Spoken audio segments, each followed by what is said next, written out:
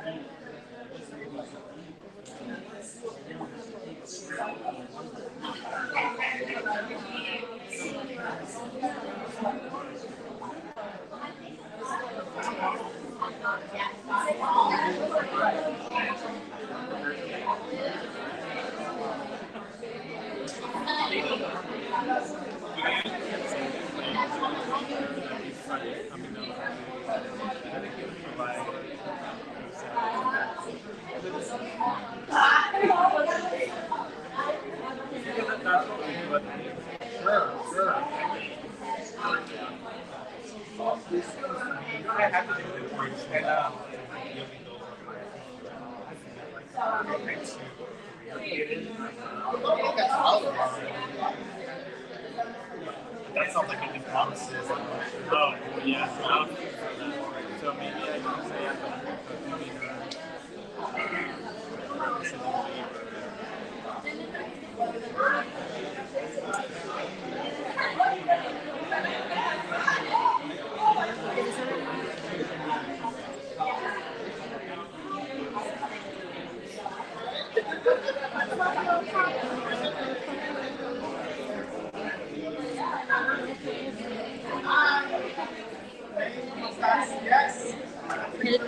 Edgar needs it, so. Ah, I don't know. Thank you. Unless he needs a fast card.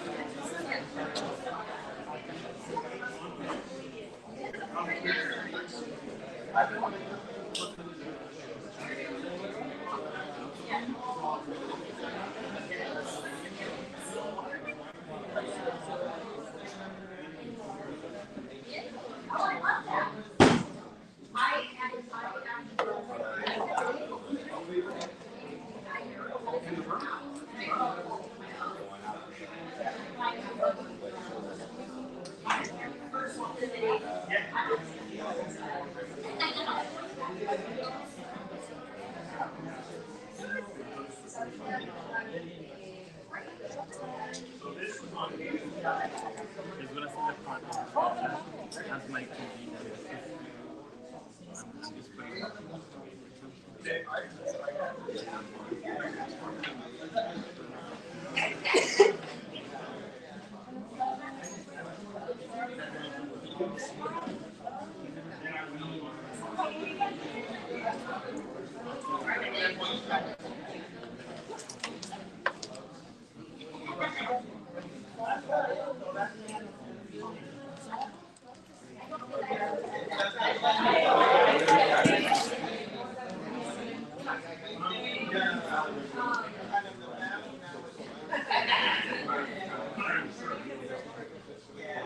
Should we leave some notes around, or at least for us?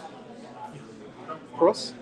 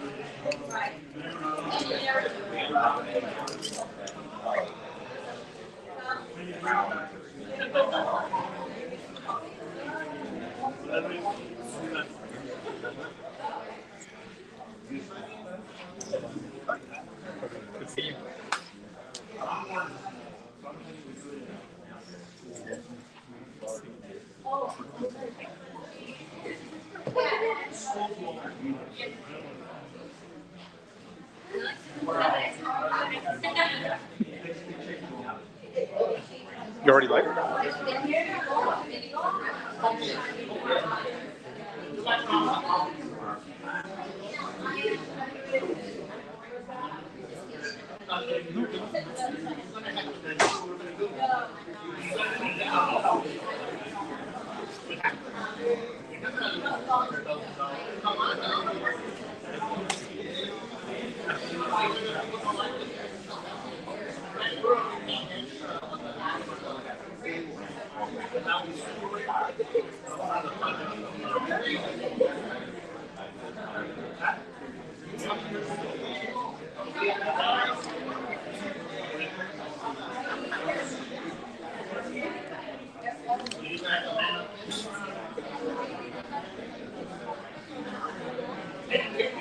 Does your phone need a charger? What percent are you at? Oh, full. What's up?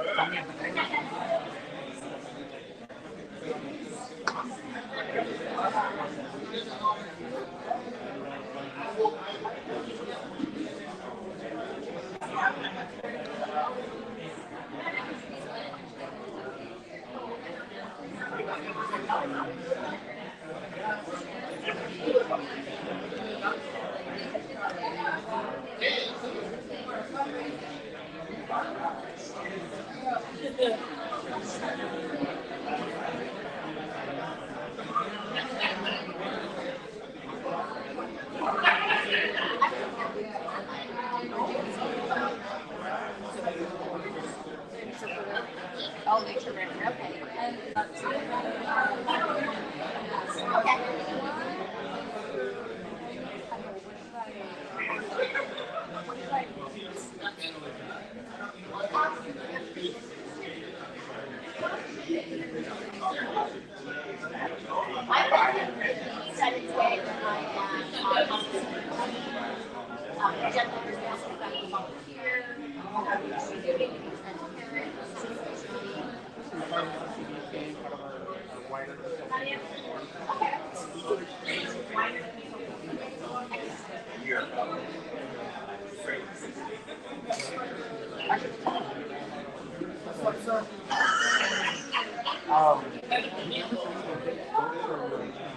No, I will. I'll send that. I've been very busy. I'm not. I'm that busy. I've been so busy and writing that it's going to look very much like the other one. But Yeah, no, but you need it. I just had numbers. The question is really hours. My account is long. I totally get it. Okay. I've been doing it so that you're not the only tech numbers that have been doing that happened. And I noticed in the meeting, Right. I'm like, Oh no, I see you bills. You just don't have the contract stuff. yeah. But like these other ones, Yeah. they have contracts, but they haven't built them yet. Okay. All right. No, I will. I just like every time I get to the bed, and then I'm like, No, I think probably get some workshops at somewhere in the we can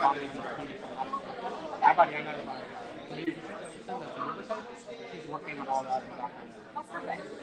So that way we can listen to the meetings so we can record it like with a high quality camera. Right. She's listening to that. That's hard. Yeah, it's not better.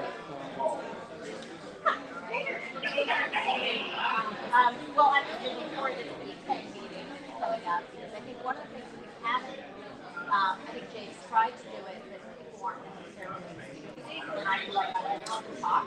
Good evening, everyone. Thank you so much for joining us. We're about to get started.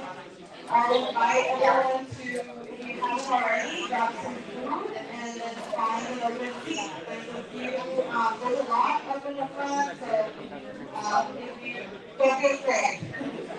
The mic sounds a little fuzzy. It didn't sound that serious. No, que se está sonando otra vez ese carro.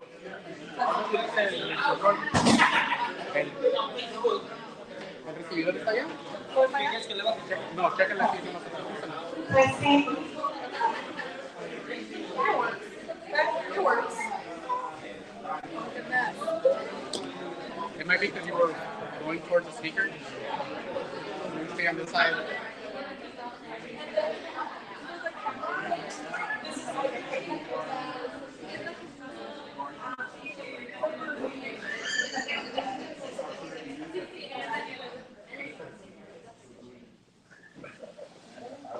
Good evening, everyone. Testing. Does that sound okay? Okay. I know I could probably just not use a mic, but we're going to use it for the interpretation and the recording. Just want to give everyone a really warm welcome this evening. We're so grateful that you've made it. My name is, I know most of you in the room, but my name is Daniela Flores. I'm the executive organizer for Imperial Valley Equity and Justice Coalition. You'll get to learn a lot about all the different community organizations that have been involved in organizing today's event and the larger CERF. You'll find the acronym will grow on you. It's a Community Economic Resilience Fund, CERF. And so if you hear us speaking of that, the acronym, it just refers to this whole process that we're all about to tell you more about today. And I'll be introducing all of our co-conveners in a moment. I just want to get a few housekeeping things out of the way before we get into the meeting. If you'd like interpretation services, we have them back there. Si ocupa interpretación, tenemos aquí dispositivos. A la derecha, aquí en Mariana. Mariana. Atrás tenemos los baños, the restrooms are back there, and we have, if you haven't signed in, make sure you do so before you go. Back there, Fernando, if you want to wave your hand, folks can sign up there and also get a copy of the presentation if you'd like one. What am I forgetting? There's delicious food. There's enough for everyone, so please help yourself to some tacos. We have pollo asada and tacos, and then carne asada. And just make sure you get your condiments and a drink. We have soda and water. So with that, I'm gonna just share a little bit about our group, and then welcome or ask that a representative of each co-convener group comes up here and share more about their organization. So all of the people that we'll refer to as co-conveners essentially have been working collaboratively for about a year to get to today, to get to this point. One of the most important points because we're having in-person meetings with community partners and community members. So it's a big day for us, and we hope that today is a day that will become on a regular basis. We'll be engaging and talking about inclusive economic development that will be done at a regional level. So before I go any further, I think I forgot to share a little bit more about our organization. So again, ID Equity and Justice Coalition, we have been around since 2020 amid one of the biggest spikes of the COVID-19 pandemic, and we stood up for justice around the distribution of resources, PPE, the distribution of vaccines. We know that a lot of our partners are here with an initiative that we had to increase access to those vaccines. We know that it wasn't easy to come around to the vaccines initially. And so since then, now it's really wild to think it's been 3 years, but we have been taking on different initiatives around health equity, environmental and social justice, and now economic justice, right? It's all related, and so it really is a privilege to be in this position, to be able to meet with community members, be a facilitator in community, to facilitate information flowing from government to our community, and really advocate for transparent and accessible government processes when decisions are made. Sometimes they're not made with residents, and so that's one of the biggest things that we do. We try to, at the bare minimum, try to represent, community members that are often left in the margins. And so today, we're so glad that you're here because you get to join us in this effort and no longer have just the co-conveners hold a bit of the coordination and really start to hear your ideas of what inclusive regional economic development plan could look like. And so you'll hear from Tony Simons and she's with the CCB team. It's the wider consulting team, so she's a wealth of knowledge in government, and she'll share more about herself, but you can look forward to a presentation from her. And so with that, I'd love to welcome all the other co-conveners. There's a representative from each group that's going to come and share some remarks.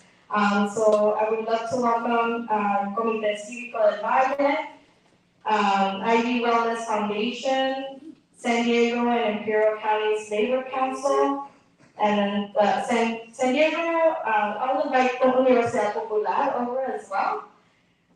There's a few co-conveners that are not present today, but as you'll learn later in the presentation, this process is being developed in partnership with the County of San Diego. So there's other organizations from San Diego that are playing the same role, as you'll learn more today. So those organizations are the San Diego Regional Policy and Innovation Center, and then the San Diego State University is our fiscal agent and also a convener. So with that, I'll turn it over to Christian Torres from Comité Cívico del Valle. Thank you, Daniela. And just people remember, there is another convener that's hard to remember so much because we finished, but it's the South Bay Community Services, SCCS. They also are part of the San Diego group that's helping coordinate a lot of the CERF efforts. But yeah, I want to thank everybody for coming tonight. Like Daniela said, we've been working on this for a year. It has been a long process to bring about the 8 co-conveners, the state, everybody together to get the grant out. So the grant is actually active right now. And, we're preparing to go ahead with a lot of the state. There's going to be competitive processes. There's going to be some extra funding coming in phase 2.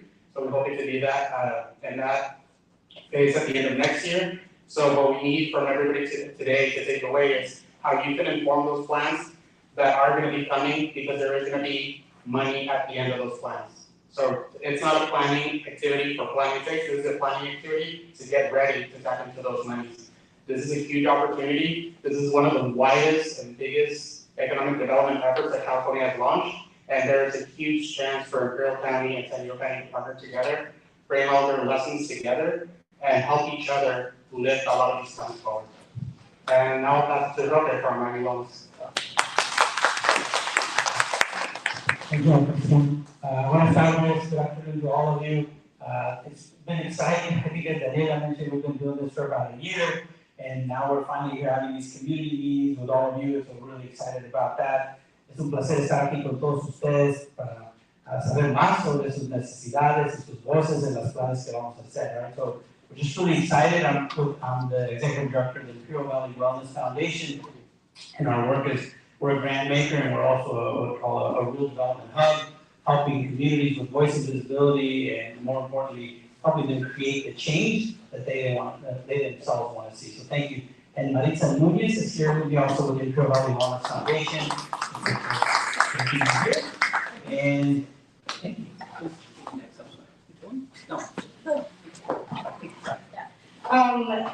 Thank you so much, Roque and Christian. I did fail to introduce our team, so I'm going to take a moment to point out the Imperial Valley Equity and Justice folks. So Juan Valencia, Dylan Castillo, and then Fernanda Vega.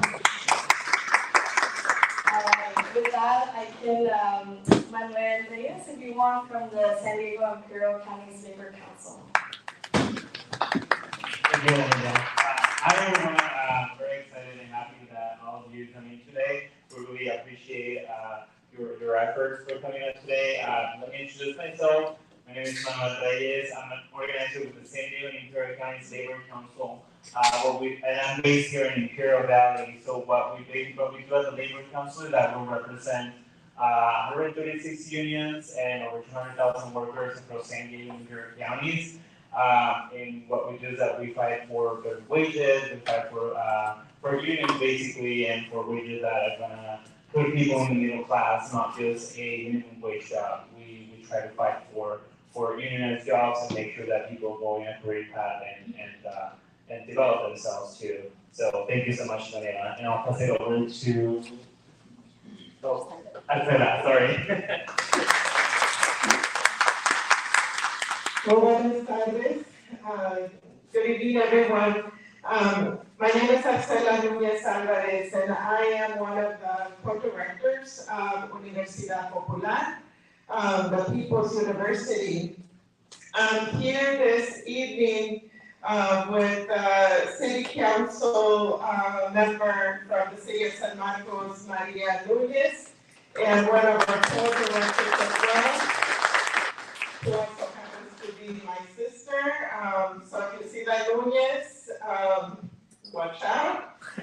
But Universidad Popular is very much dedicated to promoting democratic participation and engagement. We are especially focused on ensuring that immigrant communities, Latino, Chicano communities are included in the civic process. We wholeheartedly believe in the equal opportunity that each one of us is entitled to, including economic justice. So to that end, we are just honored to be part of this process. We look forward to collaborating and working with each and every one of you, and invite community members to get involved and be represented. So thank you for having us. Thank you, everybody. So I think on behalf of the entire co-convener group, we want to make ourselves available to you and the entire process. We make ourselves available for any type of ways that you best want to engage. Sometimes it's one-on-one, sometimes it's in groups, sometimes it'll be in these bigger meetings. I really look forward to making sure that this is a collaborative process with your ideas embedded as well. And with that, I will, yes. So we have our agenda here. We'd love to start to know who's in the room.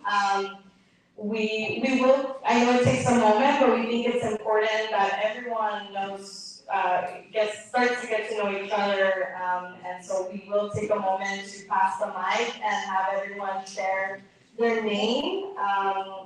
If you would like to share a pronoun, you could share what city you're coming from or where you reside in the valley, and then if you are part of an organization, you can let us know as well. So I will start from this side and pass over the mic. We have the other one. Okay, who's gonna? Or you can start back there. We'll start back there, so Dylan doesn't walk us much. Well, my name is Mercedes Partida. I live here in Heber.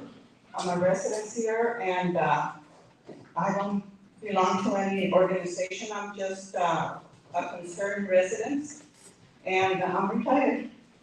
So I have all the time to.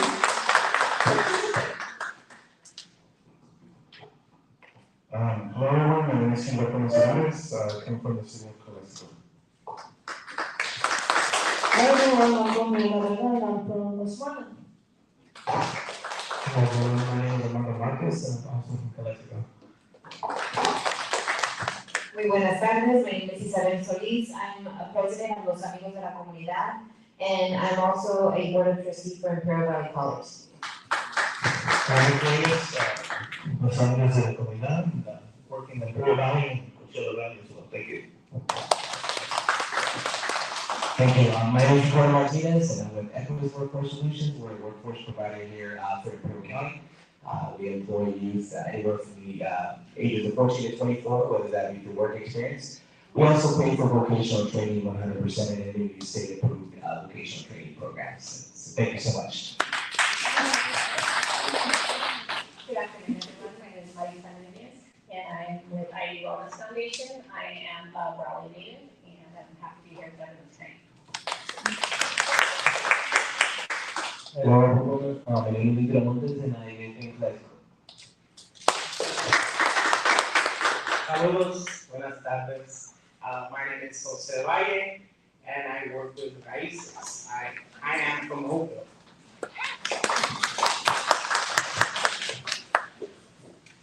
Buenas tardes, my name is Orlando, and I'm the mayor of the city of Calexico. You can use any pronouns to refer to me, he, she, they, they're all good. I am a transgender person. Hello, our city of Raleigh, also on the Raleigh City Council and Public Information Officer as well in the county of Imperial. So, thank you. Victor Saswata. I live in El Centro. I'm a retired librarian, and I'm a community member. My brother Victor, my name is Vince Saswata, and I do, I'm a school garden manager.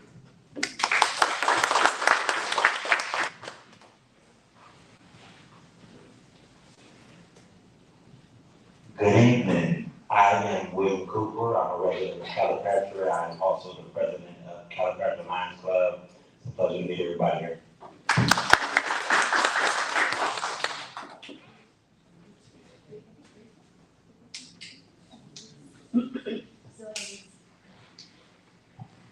Good evening. My name is Orlando. I'm the executive director of Comité Cívico Raleigh from Raleigh, California. And I'm by living in Imperial, but I'm from Raleigh. I still live in Raleigh.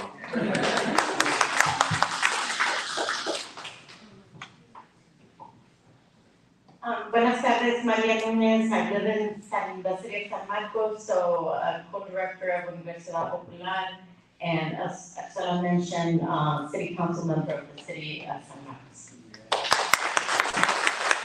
Thank you, everyone. This is a wonderful room. So we're gonna go into, so we can go back one slide.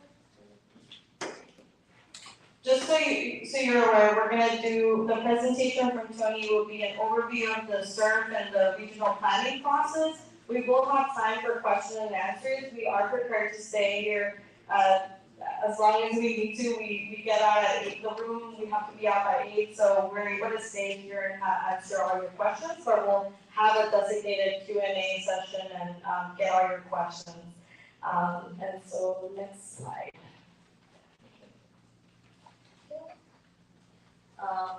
Okay, so with that, actually, I'll go ahead and reintroduce Tony. So Tony Simons has been working with us, the co-conveners, and with the CCB team on a number of projects, and we're very lucky to have her give a presentation of the overview today. Thank you.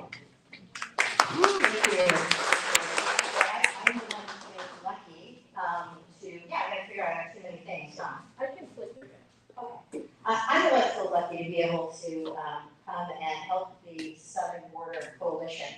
So next slide. So today I'm going to talk about two things. We're going to talk about an overview of the regional planning process, and then we're going to talk about how we might want to get engaged, and we hope that that's what's going to happen at the very end. In fact, we have an opportunity, where are our little electronic sign-in, what are we calling those? Well, yes. You got the gray hair, and I think you don't know what they are. We have tablets, and if you choose to sign one of those, you will be filling in an interest form to say, hey, please tell me more about this coalition. I would like to know more, and we will put it right into your email box. The other is we do have copies of the slides, and they have hyperlinks, and then we also, on our website, we'll have this. So we're trying to make it as easy as possible to follow up. We know that everybody in the room belongs to many, many different organizations, and so you may need to take a little bit of time to kind of sit with this and figure out what works for you. When I talk about the overview, I'm hoping that I'm going to be able to address things like, what is the regional economic development planning process? Why do I care? Who is CERF, and why do they have such a long and cumbersome name? But also talk about things like, well, I think I already said that. We're going to talk about how you might want to get involved. So, next slide. All right. In part one, so first off we have, it's called the California Economic Resiliency Fund. This is a $600 million program authorized by the state for the purpose of 13 regions in the state to create economic development plans, but comprehensive economic development plans. So obviously we care about jobs, we care about businesses, but the purpose is to create an economic development plan that also looks at things like, do we have the roads and infrastructure that allows us to actually accomplish that? Do we have healthcare that supports the creation of jobs? So when we look at the issue of what is a comprehensive economic development strategy, it's got a lot of really interesting elements, and I can hear from your introductions that these are things that many of you are already involved in. So this is the first time that I can remember in more than 30 years. And I worked for the California legislature for 37 years, so it's been at least 30 years since the state has put up $600 million or anything close to that for community members and organizations that serve community members to actually take the time to figure out what are your priorities, what strategies do you want to do, and let's give you the tools so you might actually be able to bring the money in to fund those things. Now, the program, I'm having a little problem in my hands today. The program also includes things that you're probably already involved in. Because you might be sitting there and saying, I've been to community meetings before. I've worked on strategies. They didn't go anywhere. How is this different? Well, in this case, the state is specifically saying, if it is a state-funded initiative, like the High Road Training Partnership, of which we have one right here in Imperial, working on jobs being created by Licking Valley. If you're working on any of the climate adaptation activities that I'm sure are going on, I'm not an expert in Imperial, so don't think I'm trying to say that, but you're doing many, many activities. And so the essence of this plan is you can amplify the things that are important to you. So the purpose of this plan is not to have a standalone plan that we're going to put on the shelf and we're all going to feel good about in 2 years. The purpose of this is actually to consolidate the things that you're already doing. And we have a number of elected officials in the room. One of the things that you might want to be thinking about is, what are the priorities of my town? What do I already have in my general plan that I need additional funding for? And does that fit within this comprehensive economic development strategy? I gave you the definition here of what is high road, because that is a real focus for the state. It's basically a quality job, but state government statute, gotta have a fancy name, that's it. I also gave you a link to it, and then in case you want to know specifically what is the CERF program, you have the statute, and then we've also given you the actual solicitation. You were going to hear in the process and probably go, oh my gosh, you can tell me it again. The solicitation drives the use of the $600 million. Right now, we're just using the first $65 million. And the statute drives essentially the inclusive planning process. So next slide. So, CERF 101. So there are 13 regions in the state. Each region receives $5 million. And each region has until December 31st of this year to produce essentially a preliminary list of data that is going to inform the comprehensive economic development strategy. The plan it's supposed to, as I said before, it's supposed to align with existing activities that are on the ground. It is supposed to be inclusive. In fact, one of the things that is being reported on a monthly basis is what groups are being reached out to. Who are you talking with? Who's responding to you? And in that monthly form that the state wants, because they gave $5 million to the region, they're actually also saying, if you feel like you're not really reaching out to people and hearing what's important, what are you going to do about it? And so that's why it was so important that our co-conveners were up here. They are the group that came together to say, we're going to take on this challenge to create the economic development strategy. So $600 million. As I said, the first $65 million is planning phase grants, $5 million for each region. So our region is San Diego and Imperial County. The California Native American tribes have a set aside of $25 million, although California Native American tribes are also encouraged to participate in this discussion. In fact, if one of the requirements is to essentially go out and respectfully engage tribes in this area and say, what are your priorities? But this $25 million is actually for use in Indian country. So again, very unusual. We've got planning money for community and we have planning money for the actual tribal governments. Now that leaves, and then $18 million for the state, right? Gotta have that. $18 million comes off the top. Now, that leaves $492 million for implementation. They've already gone out with some pilots for $50 million, and that leaves us $442 million for implementation. And that follows up what our conveners are saying. We're doing a plan that's going to lead to action. But that's not all the money that's going to be there, because your plans, you need more than $442 million. In fact, you probably need more than $442 million right here in Imperial. So, next slide. And that's where the Southern Border Coalition comes in. You saw, I think, 5 of the 6 co-conveners are here? Yes. Darn close. Okay, 5 of the 6 co-conveners are here. They have been working very, very hard to set the framework to do the engagement to begin the process of what's in the strategy. None of the conveners have said, this is the priority. None of them have said, this is what we're going to do. None of them said we're doing infrastructure over there. They set the framework to invite you in to set those activities. Now, what we're going to see in the strategy are things like, what activities do we need to do here in Imperial County to diversify our economy?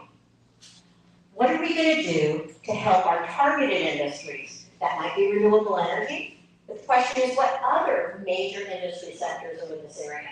Agriculture. Is there another industry sector? So we're going to have strategies that are very specific to that. How are we going to increase economic equity? Certainly everybody in this room is probably a greater expert than I am on the issues of income inequality, the impediments to growth and prosperity. And so a very specific purpose of this strategy is to say, who are the voices we haven't been hearing? How do we bring them to the table and make them feel comfortable that they're not wasting their time? And then how do we actually make sure the voice is heard and reflected in the plan? And I think I've also heard from a lot of the people in the room, everybody's very interested in public health. And so a specific element in the strategy is supposed to be dealing with health and environmental equity. I think I'll go through these pieces in another slide. There's a lot of words on the slide. Do not be frightened. I prepared the slides because I wanted to leave you with something that you'd be able to go back and read and would hopefully make sense. So I'm not gonna say everything that's on all the slides. Next slide. Oh, okay, so again, these are your co-conveners. Now, the reason why I keep telling you who they are is they are here to hear from you. If you don't feel you're being heard, if you don't feel you got invited, if you think you have a better idea than everyone else, these are people that you can reach out to. They are here in your community, many of them. Some are in San Diego, but these are the people that are directly responsible to you. Next slide. Okay, so what's in the regional plan? Now, some people will be very excited because they like plans. I love plans. Probably, if you raise your hands, how many people like plans? Oh, good. Okay, there's a couple of us that like plans. But let me ask you this. Have you ever worked on a plan that didn't go anywhere? Yes. Have you ever worked on a plan and then there was no money, and when you went to get the money, some foundation, not your foundation, some foundation or some government agency said, well, what is the problem that you're trying to solve? And can you please provide data, current data, that this is actually a problem? And have you tested it at the community level? We'd like to see material on that. Has anyone ever applied for money and have an ask for that? Okay, so that's the gift. At the end of the day, we are going to have a regional summary of current regional data. That data is going to be ground tested. We're going to go through a whole process. We're going to have an opportunity to say, we have always felt that that study was inadequate and did not understand what was happening in my neighborhood. Or you might say, we love that study and nobody pays attention to it. You're going to have a labor market analysis. Now that's so important for Imperial because you have a very small population. So whenever you get those fancy charts that have every county in the state, or you see a state chart, you know it probably doesn't look like you. It probably doesn't reflect what's happening in your neighborhood. So you're going to get a labor market analysis just for your county, and it's going to be current data. It's going to be looking at where the business is. It's going to look at small businesses. It's going to look at the workers for small businesses. It's going to be looking at education levels. It's going to be looking at training opportunities. We've got to make sure your organization is listed in there as a training resource. And then we're going to do a SWOT analysis, which I've always thought was a very good word. It's a strength, weakness, opportunities, and threats. So often you'll see, particularly federal government, love SWOT analysis.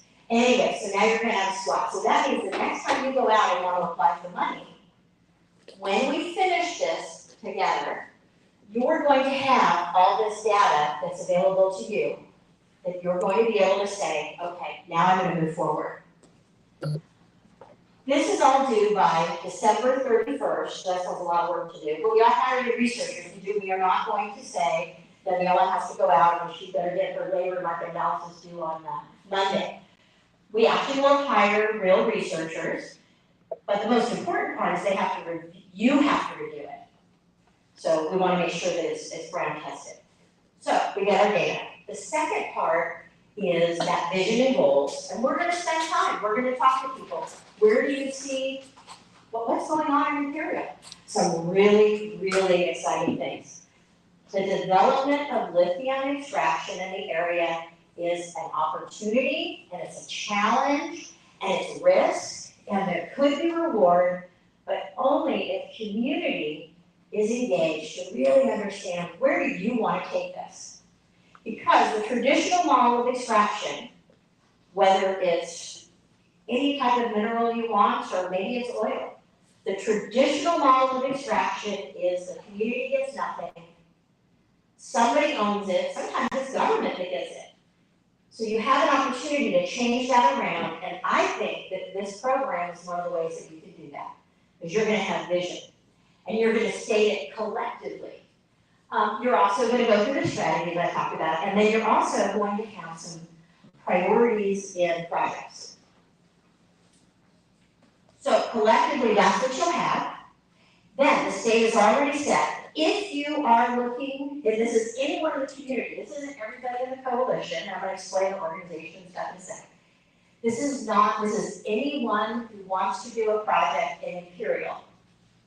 The state has said, we will give bonus points or some recognition that if you want to do something that comes out of this strategy, you have to show that it aligns. We will give you bonus points, or maybe we'll say that funding is only available. So that's the part about implementation. And I think part of the beauty part of it is each of the organizations here in the room, you can operate independently at that point, once you collectively have come together with your vision and your strategies. Next. Briggs, did you want to explain this one? Because Briggs has been a really great partner on this. I'm happy to do it, but this is your graphic. Okay, all right. So we thought, all right, trying to explain how are we going to do an inclusive process. Well, first off, it's not always been done. And so that's why, you know what, we may make some errors. We may think that we've come up with a great inclusive process, and we may need to revise it. But this is where we're at this point. In order to both get an assessment on needs, an assessment of priorities, and recommendations for going forward, we are going to be talking to the community at large, and we're also going to be talking to coalition members. And that's why we're here today. We're hoping you and your organization will want to become a coalition member. Each of the people in the public or coalition members are going to be able to work on 15 different sectors, because we can't always all meet in one room. And I'm going to show you a list of the different sectors in one sec. But the sectors are things like labor, economic development, environmental justice, so no craziness about that. So we're going to organize ourselves around 15 sectors in Imperial and 15 sectors in San Diego. If you're a coalition member, you will get to vote for your representative in the sector who's going to be the sector lead.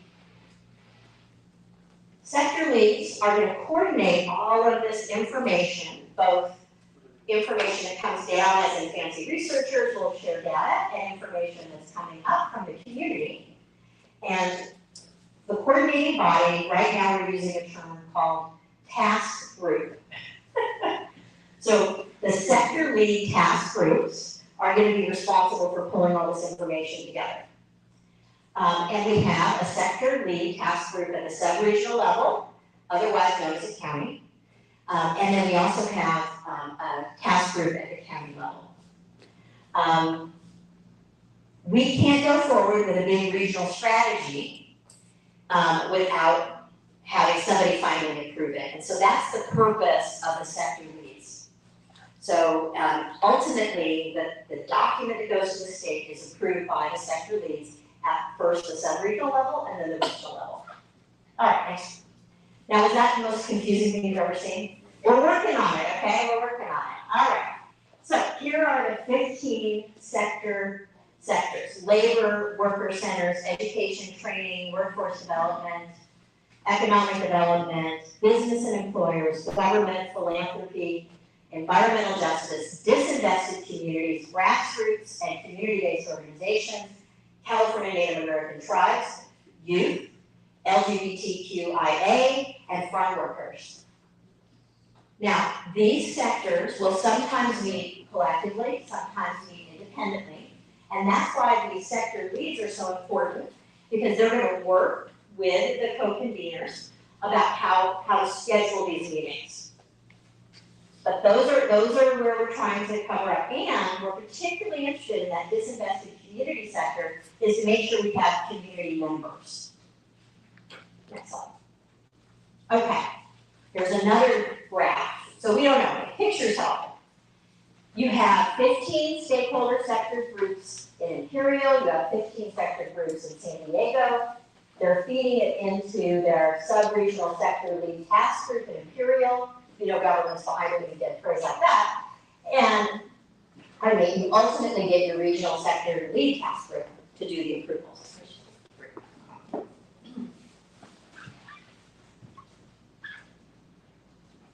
Now the co-conveners, and I wasn't there, so I can say good things about them about this, recognized that on the natural, Imperial can sometimes have a power disadvantage when doing things with San Diego. Has anyone ever seen that happen? Maybe once or twice. So they actually work towards creating a voting mechanism and a representation mechanism in those sector coordinating bodies to reflect that power so that Imperial and San Diego would be equals when they were trying to put the deal together. They also recognize that certain voices in the community are often unheard. Let's not say intentionally ignored, but somehow they don't get heard. And so you also see where some of the voices, including disinvested voices, they're amplified here. So in multiple ways, we keep saying the term inclusion, and if you look at our bylaws that we're developing and you look at the voting system, you can see in multiple ways trying to offset power differentials. Yes. We have a 12-month plan. Right now, we're in phase 2 and phase 3. And in this one, we're doing kickoff community events like we're here today. And we're also starting to do our sector convenings. So when you sign up on that, on our tablets, thank you. On our tablets, one of the things they're going to ask you is what sectors are you most involved in? So this is not signing your life away, it's just we're trying to get ourselves organized. And so you're going to start to see that sector convenings are going to happen. The next thing that we're going to work on in phase 4 is we're doing that data analysis that you saw, that we talked about, and that's due by December 31st of this year. And then phase 5 is, they call it the regional roadmap, that's your strategies, and that's due by June of next year.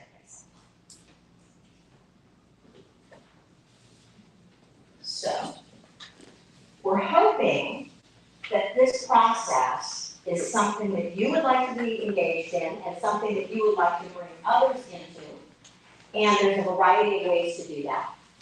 As we've already talked about, you can do sector engagements. And you can belong to one or more sector engagements. Because many of us, that's how we are in our life, right? We don't just belong to one group, we belong to multiple groups. We also know the solutions to the issues we care most about. Sometimes have other sectors that are highly dependent on getting the things that we think are important. We've talked about the coordinating bodies. If you really want to get involved, you might want to run for sector lead. And on the website, you'll see there's an application. We want to have you have to self-nominate, right? If you want to be a lead, say you want to be a lead. Only people in your sector are going to vote for the sector lead. So I think that's another really important equity issue.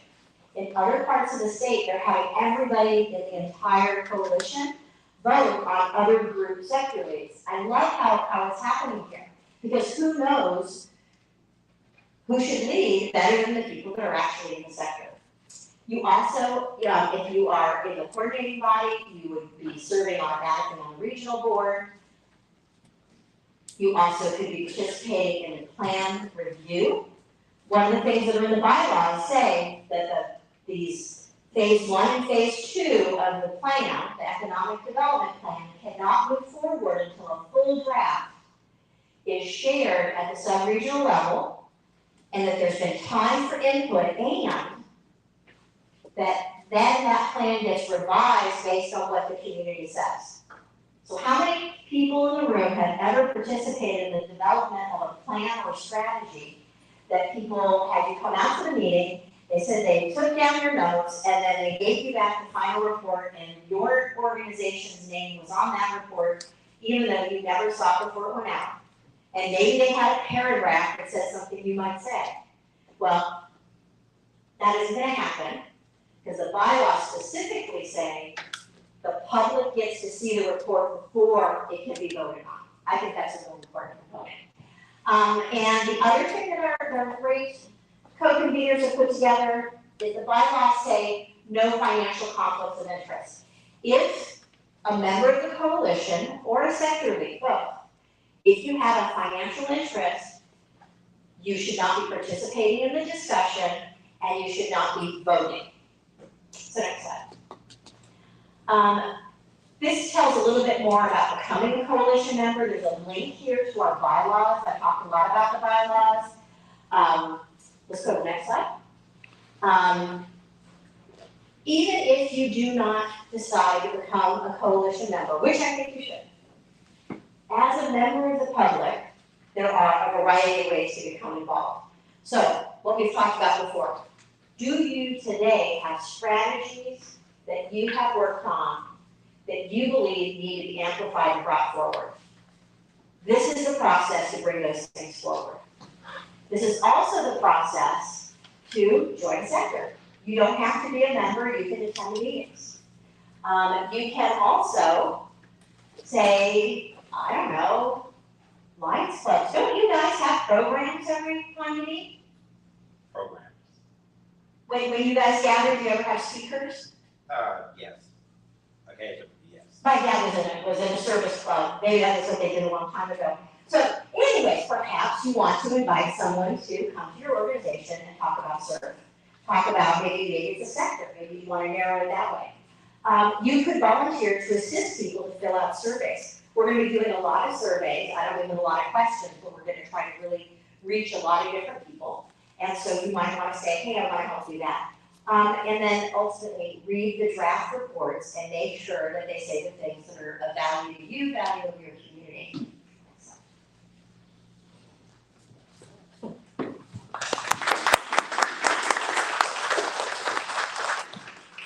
Thank you very much, Tony. And hopefully your minds are just exploding with lots of ideas, lots of thoughts, lots of questions, and thinking about how this relates in your community, in your sector, and in those that are in your neighborhood. So with that, we do want to spend a couple minutes hearing the kind of questions or just get us in dialogue. I recognize that we're close to the hour. So if you do have to, at least 5 minutes of just getting people's thoughts and questions, we'd love to just do that. And then, as folks have to go, please feel free to, and just thank you for joining us. Are there any initial questions that people have about what the opportunity is at hand, ways to participate, or even clarifications on the program? Start passing these around. So the iPads the tablets are going to start going around, and so if you do want to keep getting information to join the coalition and just receive the updates, please make sure that when the tablet gets to you, that you have your information. Would somebody like to kick us off with questions or thoughts?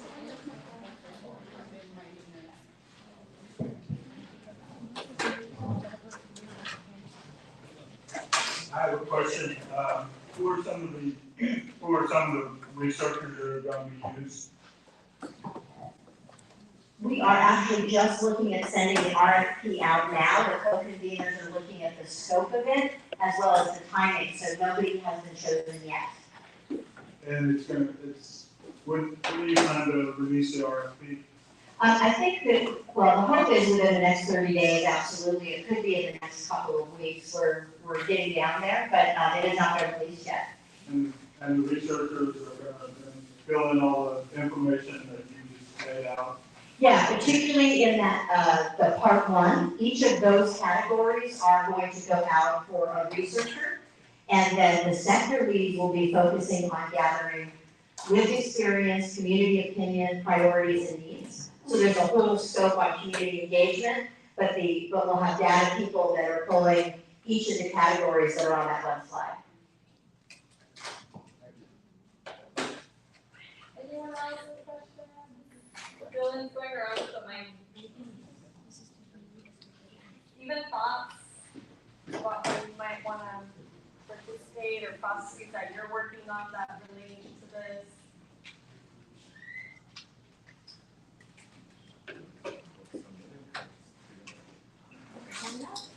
I have another question. How are they engaging the native tribes in this area?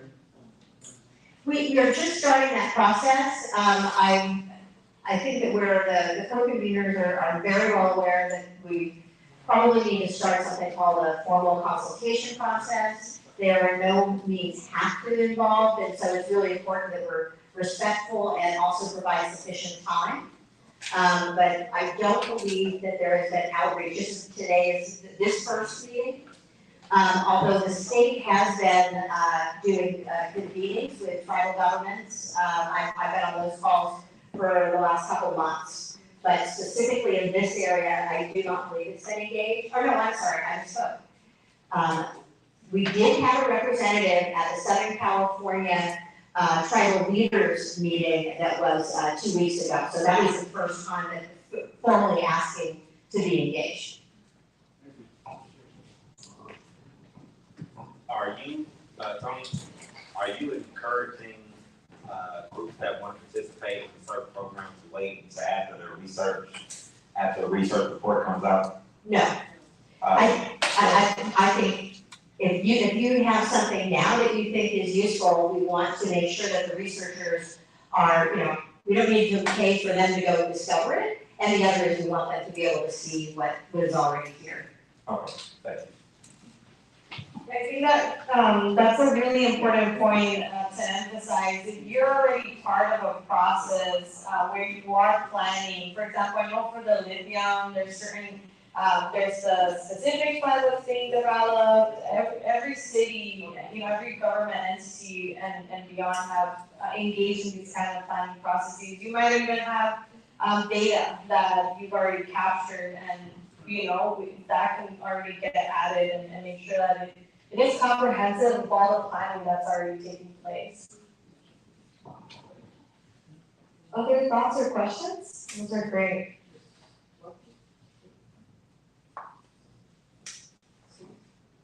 I have another question. The county's in the process of creating a unified community health program or a community hospital program. How's that going to? Should that be rolled into this same process? I mean, it's contentious and it's being debated now, but a unified health district would probably have some positives to the members of this community. I'll share some thoughts and then pass it on to Tony and any of the other co-conveners. We're, to some extent, we're already looking at the community health, like the comprehensive community health needs assessments that are done regularly, and there's a community health improvement program that comes along with that.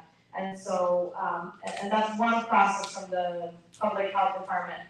And as to your specific question, the healthcare system intersects with so many of these different sectors. It intersects with just the healthcare workforce and the challenges that we know are part of, that we experience here. But also it relates to the kind of, the disinvestment that's taking place and the impact that communities have, the health outcomes that we have. And so certainly, these processes will be taking place at the same time, right? Currently, we're looking to see if the legislation ends up passing. And there's also another process for those that maybe are not aware that is led by the local regulatory agency, LAFCO.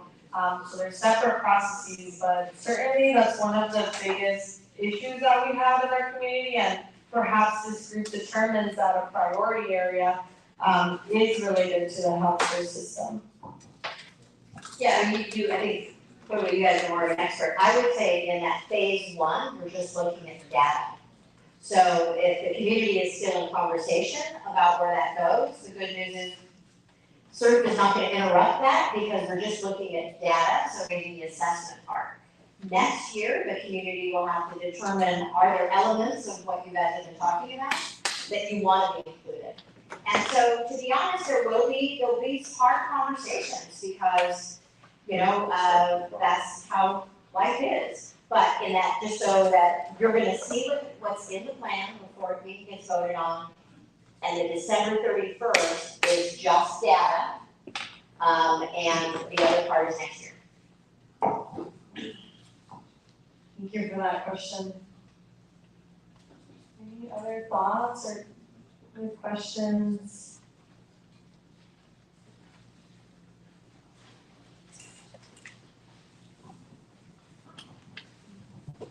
Hello, I just wanted to hear more about how the really disinterested and local, like independent artists can kind of help. I know these are only like organizations that existed, but someone who's independent kind of isn't really involved with these other organizations. Like, how can they kind of help or jump in to help out?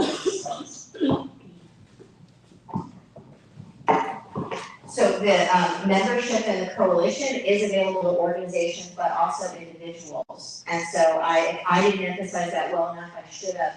That's what's exciting about this, is that people can speak for themselves and people can also speak within the groups that they belong to. But I think artists would be a great group to maybe talk with about how getting the word out, about amplifying visions. I think there could be some really interesting work there. Yeah, could we count on you to talk about that maybe after the meeting offline? Would that be okay? It's like a chit chat. Yes, yeah. Unless you want me to put you on the spot right now. Esteban is a close collaborator of Miami Equity, and so I'm very much excited that there's representation from the creative community. And maybe I'll take this opportunity while you're thinking about your next question or your next thought that you might want to share. I want to remind folks that we are having 2 other meetings this month, same presentation. So if there's somebody that you think you want to make sure is involved and gets the information, you can invite them. The next 2 meetings will take place so on the next Thursday, and then the last Thursday of the month. So August 24th at 11 a.m. And that will be in the Calipatria Community Center. And we can give you the address. Here you can find any of us, and there's a flyer on our website, or there's a flyer on our Instagram, and we'll get you that information.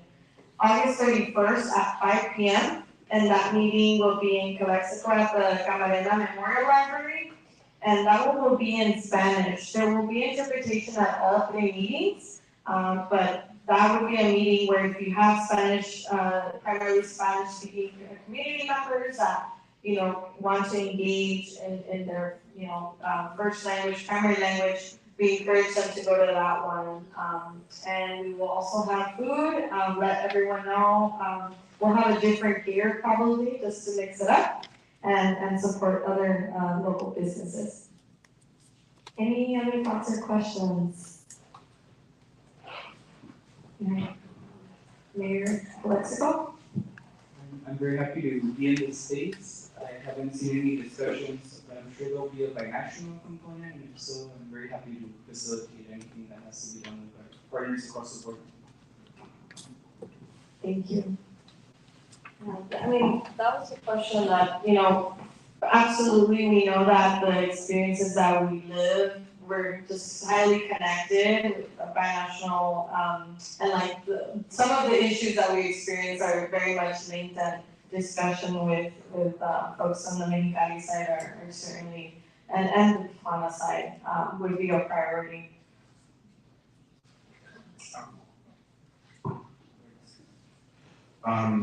I am interested to see, I believe that somebody mentioned that there was an RFP going out soon for the analysts, researchers that are going to do labor market analysis, right? Because I'm just wondering, for the city of Calexico, we have a floating population of around 40,000 people that are contributing in our labor force, so I'm wondering, of course that's for the analysts, right, to see, but I'm kind of excited to see how that plays out into their end results, right? Because there's a huge population of the same size of the city itself that comes into the valley and contributes to all this manual labor as well as the professional industry. So I'm just excited to see the analysis in the end. Thank you, Councilmember Gonzalez. Anybody else?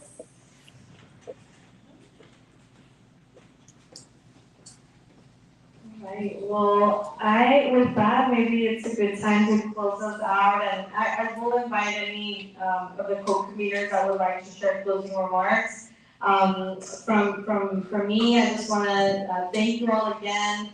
I invite you to eat more tacos because it seems like we have some left.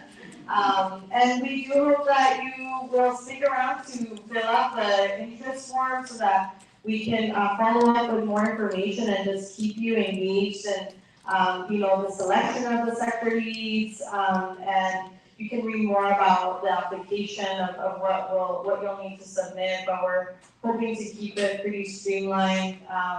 And, you can join the next meeting, even if you're here. Bring colleagues next time, bring your neighbors, bring anyone and everyone from this community is welcomed. And of course, if there's any feedback that you have, we want to hear that. And so feel free to approach any of the co-conveners if you have ideas of maybe you want us to come give a meeting like Tony mentioned, and you want to make sure that we come to your space to give the same presentation or more information. We are open to any and all of that. So thank you so much. We're excited that you've joined us and really look forward to this collaborative effort together. Thank you. Did any of the co-conveners want to share any final remarks? Okay, I think we're all good. Thank you, everyone. Have a beautiful night.